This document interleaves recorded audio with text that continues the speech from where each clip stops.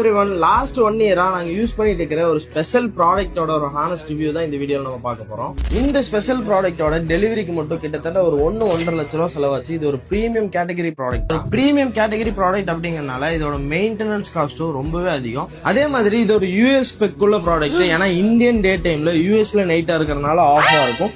US டே டைம்ல இந்தியன்ல night டைமா இருக்கறனால அப்பதான் ஆன்ல இருக்கும். அண்ட் இதோட சவுண்ட் குவாலிட்டி பத்தி சொல்லணும்னா ஒரு சிங்கிள் ஸ்பீக்கர் தான், ஆனா 7.1 சரௌண்டிங் ஸ்பீக்கரோட தேட்டர் எக்ஸ்பீரியன்ஸ் உங்களுக்கு கிடைக்கும். இந்த ப்ராடக்ட் ரிசீவ் ஆன ஸ்டார்டிங்ல ஒரு மேனேஜர் தான் ஹேண்டில் பண்ணிட்டு இருந்தோம். இப்போ அப்கிரேட்ல 3 மேனேஜர் ஹேண்டில் பண்ணிட்டு இருக்காங்க. மேபி ஃபியூச்சர்ல 4, 5, 6 கூடி ஆகலாம். இந்த ப்ராடக்ட்டுக்கு 3 மோட்ஸ் இருக்கு. ஃபர்ஸ்ட் டெஸ்ட்ராயர் மோடு, கையில கிடைச்சதெல்லாம் எக்ஸ்பெரிமெண்ட் பண்ண ஆரம்பிச்சிருவாங்க. அதை நம்ம நோட் பண்ணி கேட்டோம்னா உடனே ஆக்டிங் மோடுக்கு போயிடுவாங்க. அண்ட் லாஸ்டா கியூட்னஸ் மோடு.